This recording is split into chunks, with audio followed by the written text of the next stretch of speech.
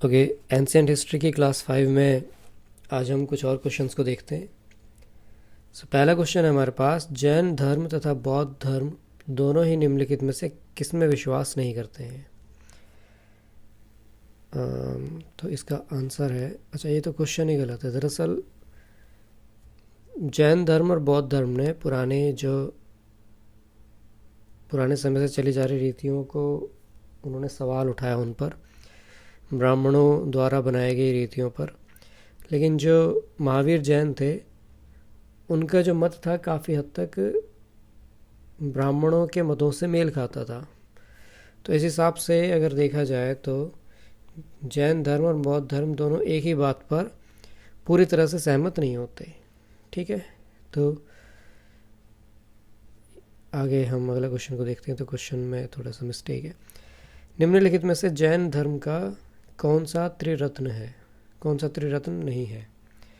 अच्छा, तो त्रिरत्न का मतलब क्या है? त्रिरत्न का मतलब होता है कि जैन धर्म में मोक्ष के लिए 3 साधन दिए गए। ठीक है, जैन धर्म में मोक्ष के लिए 3 साधन दिए गए हैं। वो है सही विश्वास, सही ज्ञान और सही दृष्टि। तो जो इसमें नहीं है वो है ऑप्शन 4। सॉरी, ऑप्शन 4 सही है। इसमें सद आचरण भी सही है, सही ज्ञान भी सही है, सही विश्वास भी सही है। सही दृष्टि इसमें गलत होगा। ठीक है,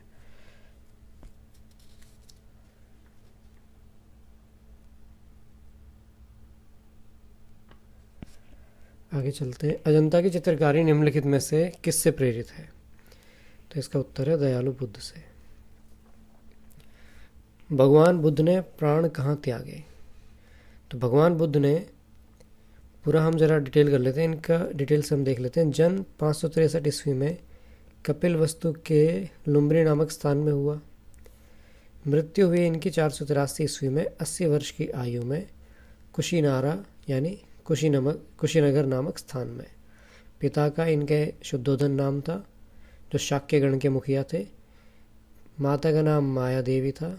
जो ये कहा जाता है कि इनके जन्म के 7 दिन के पश्चात ही उनकी मृत्यु हो गई थी। बचपन का नाम इनका सिद्धार्थ था, क्योंकि ये गौतम गोत्र में पैदा हुए थे तो इसलिए इनका नाम गौतम भी पड़ा।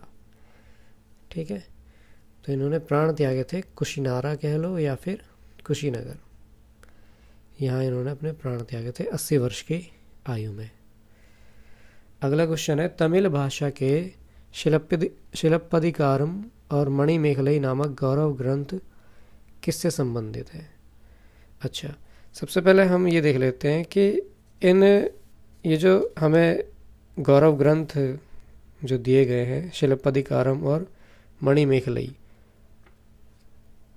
ये इनकी रचना किसने की थी? तो शिलप्पदिकारम की रचना की थी इलांगो अडिगल ने, जबकि मणिमेखलई की रचना की थी शक्तनगर ने, और इनका संबंध था हिंदू धर्म से।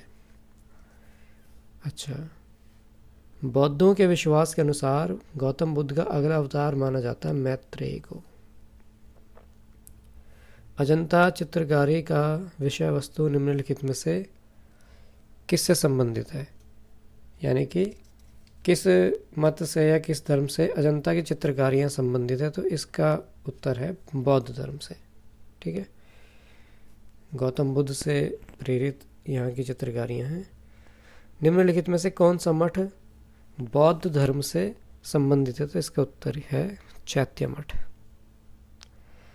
नालंदा विश्वविद्यालय विद्या का एक महान केंद्र था, खासकर बौद्ध धर्म में। अच्छा, केवल बौद्ध धर्म की शिक्षा नहीं दी जाती थी, मुख्यतः बौद्ध धर्म की शिक्षा यहाँ दी जाती थी, लेकिन और भी सभी विषयों का यहाँ पर अध्यापन किया जाता था।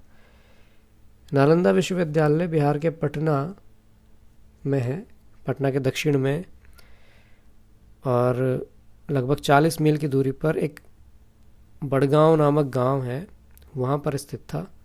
संस्थापक इसके थे कुमारगुप्त। ठीक है, तो बिहार के पटना के दक्षिणी हिस्से में, पटना से 40 मील की दूरी पर बड़गांव नामक एक गांव में ये स्थित था नालंदा विश्वविद्यालय। ठीक है जी। बुद्ध का निर्वाण स्थल निम्नलिखित में से कौन सा है? बुद्ध का निर्वाण स्थल यानी कि जहाँ पर उनकी मृत्यु हुई थी, तो इसका उत्तर है कुशीनारा या कुशीनगर। हम पहले भी डिस्कस कर चुके। अच्छा, अगला क्वेश्चन देखते हैं। निम्नलिखित में से बौद्धों का पवित्र ग्रंथ कौन सा है? तो इनके पवित्र ग्रंथ को हमने कल भी देखा था, त्रिपिटक कहा जाता है। मानव के दुखों के अंत के लिए अष्टांगिक मार्ग पथ का प्रतिपादन किसने किया था? तो इसका उत्तर है गौतम बुद्ध ने। बौद्ध धर्म ने समाज के दो वर्गों को अपने साथ जोड़कर एक महत्वपूर्ण प्रभाव छोड़ा, और ये वर्ग थे स्त्रियां एवं शूद्र। स्त्रियों एवं शूद्र को अपने साथ जोड़कर एक महत्वपूर्ण प्रभाव इन्होंने छोड़ा। बौद्ध धर्म में बुल मतलब सांड, बुल का मतलब है सांड, का संबंध बुद्ध के जीवन की किस घटना के साथ है? तो ध्यान रखना है कि एक तो कमल और एक सांड, इनका संबंध बुद्ध के जन्म से संबंधित है। अच्छा, बुद्ध का अर्थ होता है ज्ञान प्राप्त करना। 35 वर्ष की आयु में इन्होंने ज्ञान प्राप्त किया था, और तब से इन्हें क्या कहा जाने लगा? बुद्ध। तो बुद्ध का मतलब होता है ज्ञान, यानी बोध होना। बुद्ध किस वंश से संबंधित थे? तो ये शाक्य वंश से संबंधित थे। ठीक है, क्योंकि इनके पिता शुद्धोधन जो थे वो शाक्य गण के और प्रमुख थे, मुखिया थे, कुछ भी आप कह सकते हैं। अशोक ने किस बौद्ध साधु से प्रभावित होकर बौद्ध धर्म अपनाया? तो उपगुप्त को इनका बौद्ध गुरु कहा जाता है, और ये एक बौद्ध भिक्षु थे जिन्होंने अशोक को बौद्ध धर्म की दीक्षा दी थी, यानी ज्ञान दिया था। बुद्ध को प्रबोध कहाँ प्राप्त हुआ? तो बुद्ध को प्रबोध हुआ था बोध गया में। ठीक है, 35 वर्ष की आयु में वैशाख पूर्णिमा की रात को पीपल के पेड़ के नीचे बुद्ध को ज्ञान प्राप्त हुआ था।